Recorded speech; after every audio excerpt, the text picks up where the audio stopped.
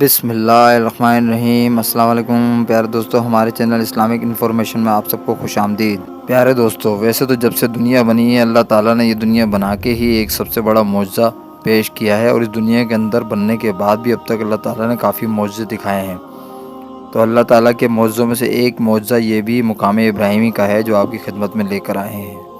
یہ سب جاننے کے لیے ویڈیو کو اینڈ تک لازمی دیکھیں، اور اگر چینل کو سبسکرائب نہیں کیا تو سبسکرائب کرنا نہ بھولیں۔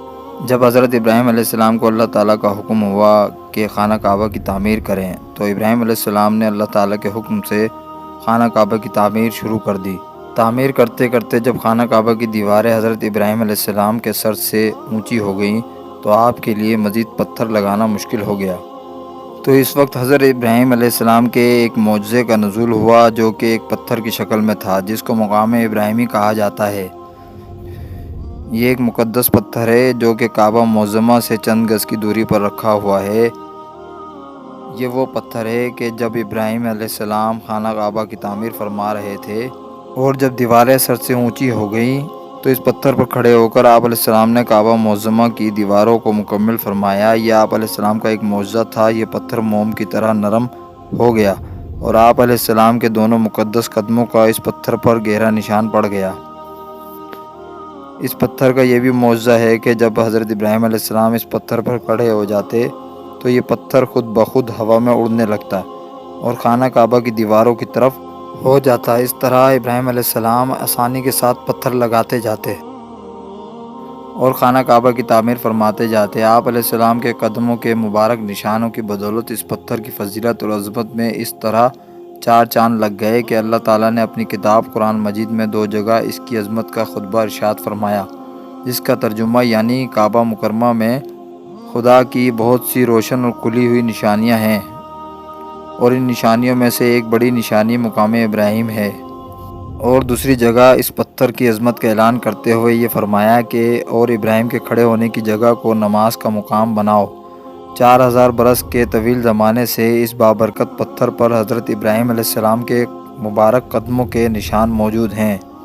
اس طویل مدت سے یہ پتھر کھلے آسمان کے نیچے زمین پر رکھا ہوا ہے۔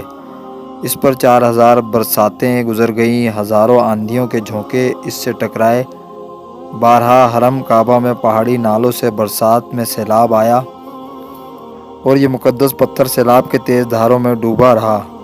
کروڑوں انسانوں نے اس پر ہاتھ پھیرا، مگر اس کے باوجود آج تک حضرت ابراہیم علیہ السلام کے جلیل القدر قدموں کے نشان اس پتھر پر باقی ہیں، جو بلا شبہ حضرت ابراہیم علیہ السلام کا ایک بہت ہی بڑا اور نہایت ہی معظم معجزہ ہے۔ اور یقیناً یہ پتھر اللہ تعالیٰ کی آیات اور کھلی ہوئی نشانیوں میں سے ایک بہت بڑا نشان ہے، اور اس کی شان کا یہ عظیم الشان نشان ہر مسلمان کے لیے بہت بڑی عبرت کا سامان ہے کہ اللہ تعالیٰ نے تمام مسلمانوں کو حکم دیا کہ تم لوگ میرے مقدس گھر خانہ کعبہ کے طواف کے بعد اس پتھر کے پاس 2 رکعت نماز ادا کرو۔